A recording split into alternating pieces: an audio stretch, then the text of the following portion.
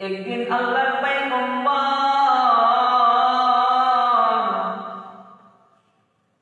কাবা শরীফের পাশে নামাজে দাঁড়াইলেন।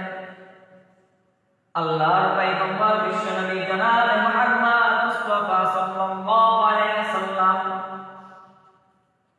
নামাজ পড়ার জন্য কাবা শরীফের পাশে নামাজে দাঁড়াইলেন। আল্লাহর পয়গম্বর লম্বা সিজদা করতেন, লম্বা রুকু করতেন, লম্বা কিয়াম করতেন। আল্লাহর পয়গম্বর যখন নামাজে দাঁড়াইলেন নামাজ পড়ার উদ্দেশ্যে, এমন অবস্থায় যখন আল্লাহর রাসূল সিজদায় গেলেন, নামাজের মধ্যে যখন সিজদায় চলে গেলেন, আল্লাহর পয়গম্বর আল্লাহর রাসূল যখন সিজদায় গেলেন, এই সুযোগটাকে বড় লাভজনক সুযোগ মনে করলেন কাফেরদের নেতা আবু জাহেল। আল্লাহর পয়গম্বর যখন নামাজের মধ্যে সিজদায় চলে গেলেন, কাফেরদের নেতা আবু জাহেল নামে একজন কাফের ছিলেন। কাফেরদের নেতা আবু জাহেল এই সুযোগকে বড় লাভজনক সুযোগ মনে করলেন। যখন আল্লাহর রাসূল সিজদায় গেলেন, আবু জাহেল মনে করলেন এটাই হচ্ছে সবচেয়ে বড় সুযোগ, আমি একটি পাথর নিয়ে মুহাম্মাদের পবিত্র মাথাকে চূর্ণ বিচূর্ণ করে দিব। নাউযুবিল্লাহ। কাফেরদের নেতা আবু জাহেল একটি পাথর দিয়ে আল্লাহ রাসূলের মাথাকে চূর্ণ বিচূর্ণ করে দেওয়ার চিন্তা ভাবনা করলেন। আল্লাহ রাসূল নামাজে যখন সিজদায় চলে যান, সেই সময় আবু জাহেল একটি বড় একটি পাথর হাতের মধ্যে নিয়ে সামনের দিকে এগিয়ে যাইতেছেন। আল্লাহ রাসূলের মাথাকে একবারে চূর্ণ বিচূর্ণ করে দিবেন, তাকে দুনিয়াতে রাখবেন না, দুনিয়া থেকে বিদায় করে দিবেন।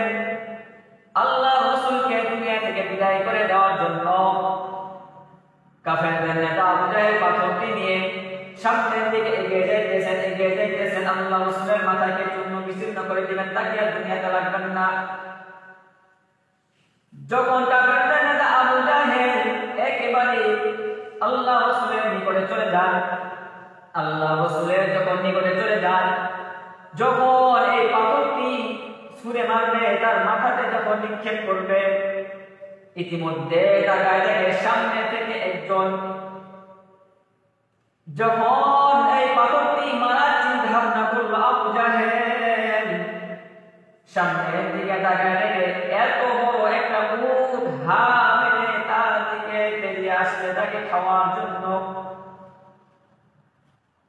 আল্লাহ রাসূল নামাজ পড়তেছেন, আর আবু জাহেল পাথরটি হাতে নিয়ে যখন তার মাথার উপর নিক্ষেপ করবে, আল্লাহ রাসূলের মাথার উপর যখন পাথরটা নিক্ষেপ করবে, এমন অবস্থায় দেখে সামনে থেকে একটি বড় উট চলে আসতেছে, তাকে ধাওয়া করতেছে। এত বড় উট আবু জাহেল জীবনে কোনোদিন এত বড় উট দেখেনি। এত বড় উট হা মেরে, বিশাল আকৃতির একটি উট হা মেরে তাকে ধাওয়া করতেছে, তাকে খেয়ে ফেলার জন্য দৌড়ে দৌড়ে আসতেছে।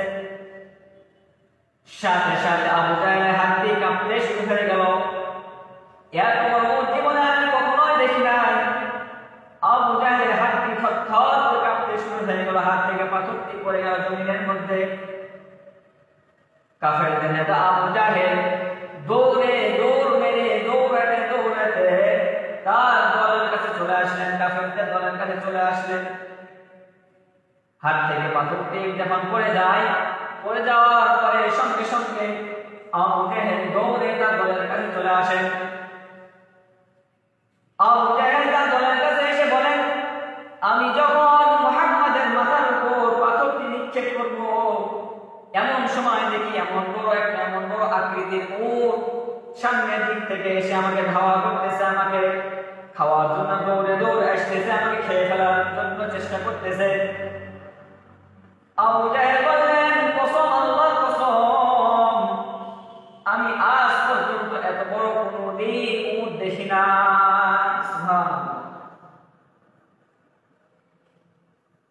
আবু জাহেল বললেন, এত বড় উট আমি আজ পর্যন্ত কোনদিন দেখি নাই, এত বড় উট এত বড় হা করে আর এটা এমন একটি ঘটনা, এমন একটি সত্য ঘটনা যা সমস্ত কাফেরদের সামনে দলের মধ্যে কাফেরের পুরো দলটা সেখানে উপস্থিত ছিল। আর এই উপস্থিত সকলের সামনে এই ঘটনাটি ঘটেছিল। আর এর মধ্যে কাফেরদের নেতা আবু জাহেল নিজে স্বীকার করেছে। তাহলে নামাজে দাঁড়াইতে হবে, নামাজ পড়তে হবে। আল্লাহ রাসূল নামাজ পড়েছিলেন। নামাজ আদায় করবেন, নামাজ আদায় করবেন, সমস্ত বিপদ আপদ থেকে আল্লাহ পাক তাআলা আপনাকে হেফাজত করবেন। নামাজের মধ্যে দাঁড়াইবেন, মনোযোগ সহকারে নামাজ পড়বেন, নামাজ আদায় করবেন আল্লাহর জন্য, আল্লাহকে রাজি খুশি করার জন্য, মানুষকে দেখানোর জন্য নয়। তাহলে আল্লাহ পাক তাআলা তোমাকে সাহায্য করবে, তোমাকে হেফাজত করবে। আল্লাহ রাসূল নামাজ পড়তেছিলেন, কাফেরদের নেতা আবু জাহেল তাকে মারতে গেছিলেন, কিন্তু আল্লাহ ফেরেশতার মাধ্যমে তাকে ভীষণভাবে ভয় দেখিয়ে, তাকে ভীষণভাবে একটা ভয় সৃষ্টি করে তাকে সেখান থেকে ফিরিয়ে দিয়েছেন।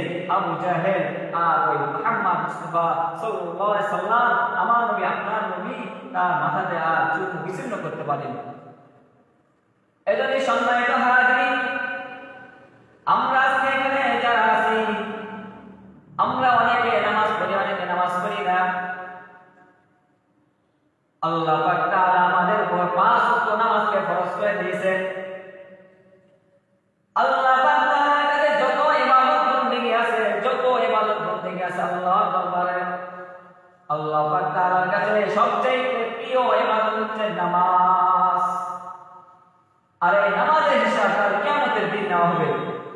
এই নামাজ কিয়ামতের দিন